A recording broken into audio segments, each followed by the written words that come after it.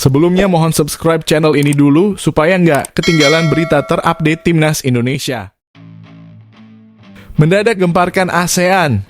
Ketua FA Thailand, Madam Pang secara jujur dan tegas bilang begini di hadapan publik, tepat setelah Thailand kalah tipis di leg pertama final ASEAN Cup 2024. Bahkan di luar dugaan sampai bawa-bawa nama Indonesia.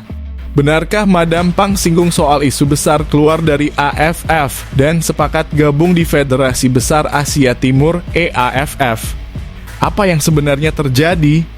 Tonton video hingga selesai dan temukan jawabnya hanya di sini. Presiden Federasi Sepak Bola Thailand, Nuaphan Lamsam alias Madam Pang mengundang perhatian publik dengan pernyataannya usai Thailand kalah tipis dari Vietnam di leg pertama final ASEAN Cup 2024 Kamis lalu. Tak hanya membahas kekalahan tersebut, ia juga menyinggung nama Timnas Indonesia dan mungkin membuka peluang untuk keluar dari AFF dan bergabung dengan Federasi Besar Asia Timur, EAFF atau East Asian Football Federation. Thailand harus mengakui keunggulan Vietnam setelah kalah 2-1 di Stadion Viet. Gol kemenangan Vietnam dicetak oleh Nguyen Xuan San melalui brace brilian, sementara Thailand hanya mampu membalas 1 gol lewat aksi Chalerm Sak Aukte. Meski kalah, peluang Thailand untuk merebut gelar juara masih terbuka. Pada leg kedua yang akan digelar di Stadion Raja Mangala minggu besok, mereka membawa modal 1 gol tandang yang bisa menjadi penentu. Madam Pang tak tinggal diam menghadapi situasi ini. Ia memberikan motivasi kepada para pendukung Thailand untuk memberikan dukungan maksimal saat laga kandang nanti. Namun, yang menjadi sorotan adalah ketika ia menyinggung pengalaman Thailand di Piala AFF tahun 2016. Saat mereka juga kalah di leg pertama melawan Timnas Indonesia sebelum membalikan keadaan di leg kedua. Saya berharap seluruh penggemar bersatu menyemangati tim ini. Ingat bagaimana kita pernah bangkit di final Piala AFF tahun 2016 setelah kalah di leg pertama dari Indonesia, ucapnya. Yang mengejutkan, Madam Pang juga diharap menyinggung wacana Thailand untuk keluar dari AFF. Ia diharap mengakui bahwa Thailand sebagai kekuatan besar di Asia Tenggara merasa perlu tantangan baru di level yang lebih tinggi. Pernyataan ini tak lepas dari kritik publik Thailand terhadap kualitas kompetisi AFF yang dianggap kurang memberi dampak signifikan bagi pengembangan sepak bola nasional. Nama Indonesia juga diharap muncul dalam diskusi ini dengan spekulasi bahwa Thailand bisa saja mengajak Indonesia untuk bersama-sama bergabung dengan EAFF. Sementara itu, fokus utama Thailand tetap pada final leg kedua melawan Vietnam. Tiket pertandingan di Raja Mangala bahkan telah ludes dalam waktu 2 jam, menunjukkan antusiasme besar dari pendukung Thailand.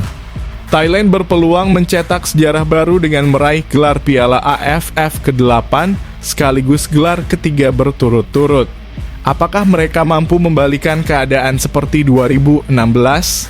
Ataukah pernyataan Madam Pang soal AFF dan EAFF menjadi langkah nyata ke depan?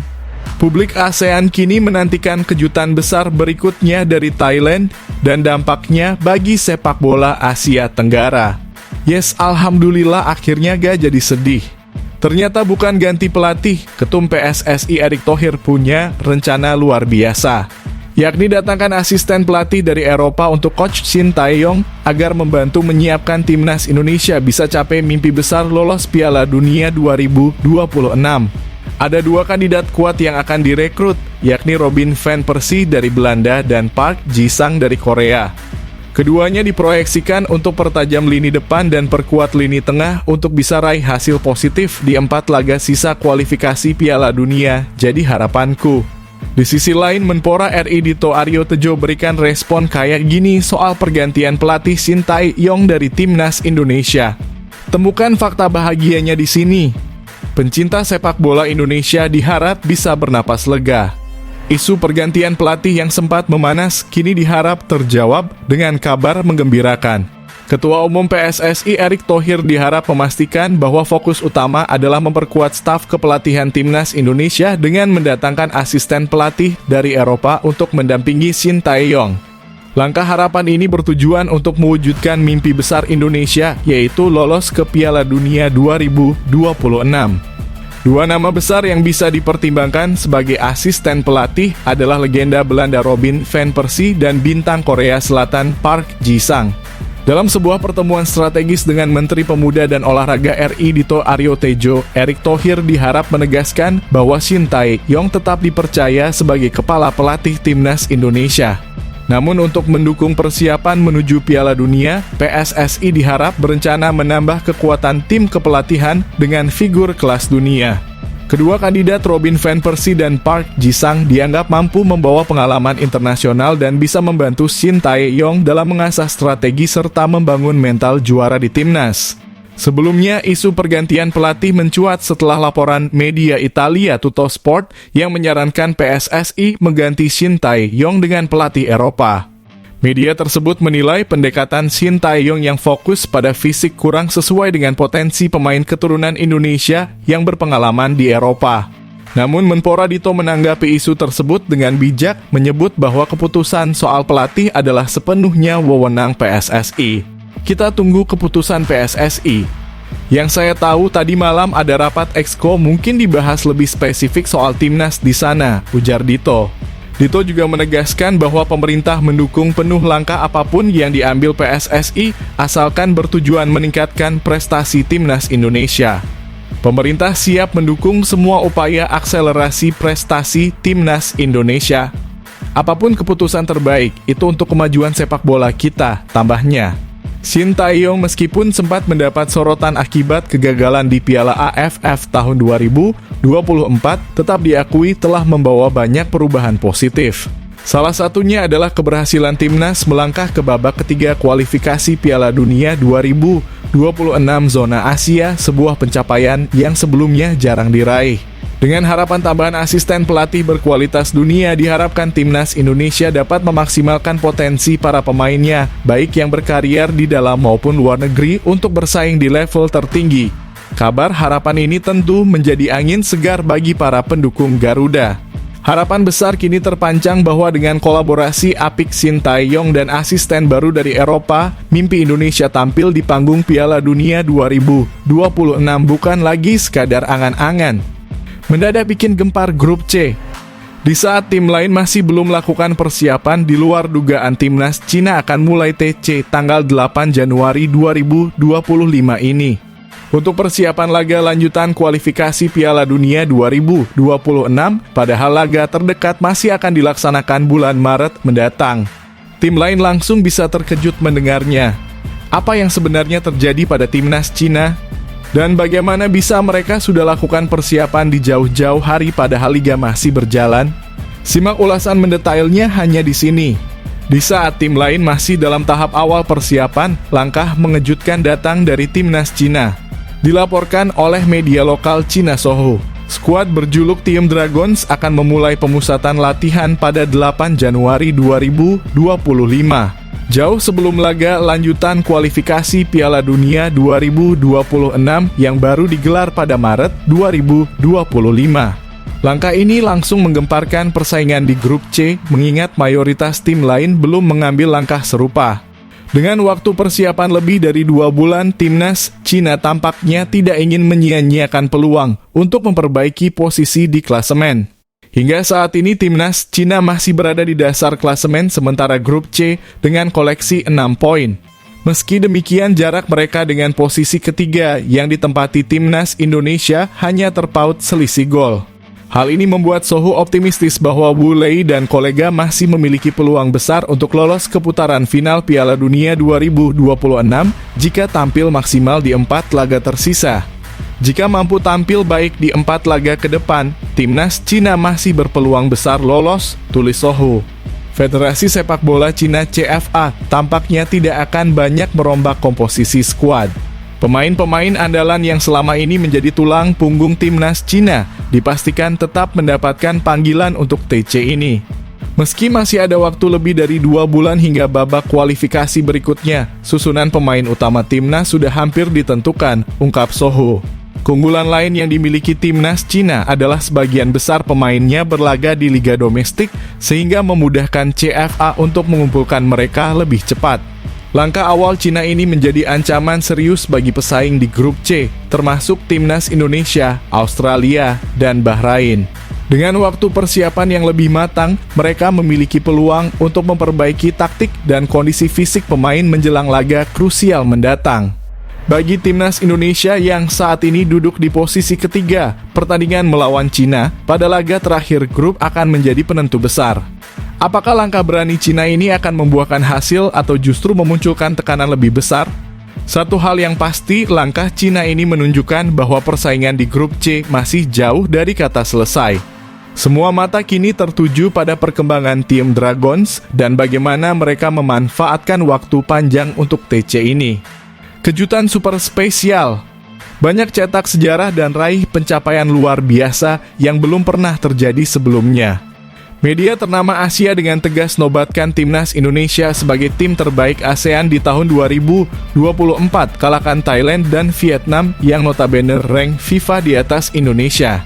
Mantap betul memang ini. Apakah ini tanda awal kebangkitan timnas Indonesia setelah masa kelam dan menjadi indikasi kuat lolos Piala Dunia 2026? Tahun 2024 menjadi momen penuh kejayaan bagi timnas Indonesia. Berbagai prestasi luar biasa diraih di semua level, membuat media ternama Asia. Stadium Astro menobatkan timnas Indonesia sebagai tim terbaik Asia Tenggara 2024. Mengalahkan dominasi Thailand dan Vietnam yang memiliki peringkat FIFA lebih tinggi. Timnas senior yang diasuh oleh Shin Tae-yong mencetak sejarah pada Piala Asia 2023 di Qatar. Untuk pertama kalinya, Indonesia berhasil lolos ke fase gugur, yakni babak 16 besar bersama Thailand sebagai wakil Asia Tenggara.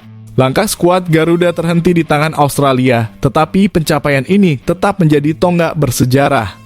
Pada bulan Juni 2024, Indonesia melanjutkan kiprah cemerlang dengan lolos ke ronde ketiga kualifikasi Piala Dunia 2026 menjadi satu-satunya wakil Asia Tenggara di tahap ini. Garuda Muda tidak ketinggalan mencatatkan sejarah. Timnas U23 Indonesia berhasil mencapai semifinal Piala Asia U23 2024, mendekati mimpi tampil di Olimpiade Paris. Sayangnya perjuangan mereka terhenti setelah kalah dari Irak di perebutan tempat ketiga dan dari Guinea di playoff antar benua. Indonesia juga mengukir prestasi gemilang di futsal. Pada ASEAN Futsal Championship 2024 di Thailand, timnas futsal Indonesia mematahkan dominasi Thailand dengan menjadi juara. Di partai final, Indonesia mengalahkan Vietnam dengan skor 2-0 berkat aksi luar biasa Evan Somilena. Pada level kelompok umur, timnas Indonesia juga bersinar. Timnas U17, U19, dan U20 semuanya lolos ke putaran final Piala Asia, mencetak sejarah dengan keberhasilan dari 3 kelompok usia berbeda di tahun yang sama.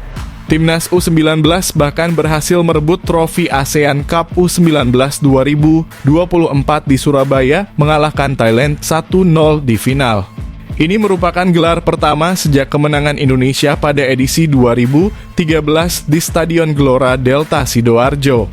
Stadium Astro memberikan apresiasi tinggi kepada perkembangan timnas Indonesia sepanjang 2024. Skuad sepak bola Indonesia resmi dinobatkan sebagai tim dengan perkembangan paling menonjol sepanjang tahun 2024 dengan berbagai prestasi luar biasa dari setiap level tim, tulis Stadium Astro. Dengan segudang pencapaian, 2024 menjadi tahun emas bagi sepak bola Indonesia. Perjalanan ini tidak hanya mencerminkan kerja keras pemain, pelatih, dan PSSI, tetapi juga harapan besar masyarakat untuk melihat Garuda terus terbang tinggi, termasuk peluang bersejarah tampil di Piala Dunia 2026. Publik Suwon dibuat gempar. Media ternama Korea ini mendadak beri sorotan tajam atas keputusan Suwon FC melepas Pratama Arhan dari tim. Bahkan sampai bilang kayak gini di hadapan publik, fakta mengejutkan di bak layar pun akhirnya terungkap jelas. Semuanya langsung bisa terkejut mendengarnya. Apa yang sebenarnya terjadi? Benarkah Suwon FC buat keputusan blunder yang malah merugikan tim? Simak berita selengkapnya berikut ini. Keputusan Suwon FC untuk melepas bek kiri timnas Indonesia, Pratama Arhan, menjadi sorotan media Korea Selatan NATE. Berita ini mengguncang publik Suwon dan mengundang komentar tajam tentang kebijakan Liga Korea Selatan yang sempat membuka kuota khusus untuk pemain Asia Tenggara sejak 2020. Kalik memperkenalkan kebijakan tersebut untuk memperluas pasar di Asia Tenggara, sebuah wilayah dengan basis penggemar sepak bola yang besar. Namun, perjalanan pemain Asia Tenggara di Korea Selatan, termasuk Pratama Arhan, dianggap jauh dari harapan. Pratama Arhan bergabung dengan Suwon FC sebagai pemain kedua asal Indonesia yang bermain di K-League setelah Asnawi Mangkualam. Sayangnya Arhan hanya tampil 2 kali dalam 2 musim bersama Suwon FC, jauh dari ekspektasi untuk menjadi bintang di kompetisi tersebut. Kegagalan Arhan mencerminkan penilaian umum tentang pemain Asia Tenggara di K-League. NATE menyebutkan bahwa pemain Asia Tenggara dinilai memiliki kemampuan di bawah standar yang diperlukan untuk bersaing di level intensitas tinggi K-League.